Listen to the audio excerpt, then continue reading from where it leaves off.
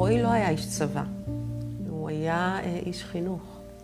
איש חינוך ואהבת הארץ. רועי היה איש של אנשים. הוא אהב לגעת באנשים. הוא אהב להיות שם עבור אנשים. רועי צ'פל נולד בזיכרון יעקב לפני 25 שנים, ובזיכרון יעקב הוא גם נקבר. ילד שכולו לב. למעשה לב עטוף בילד. והוא גדל והפך להיות נער.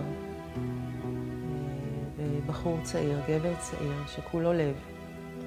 כולו לב, עם אחריות מאוד גדולה,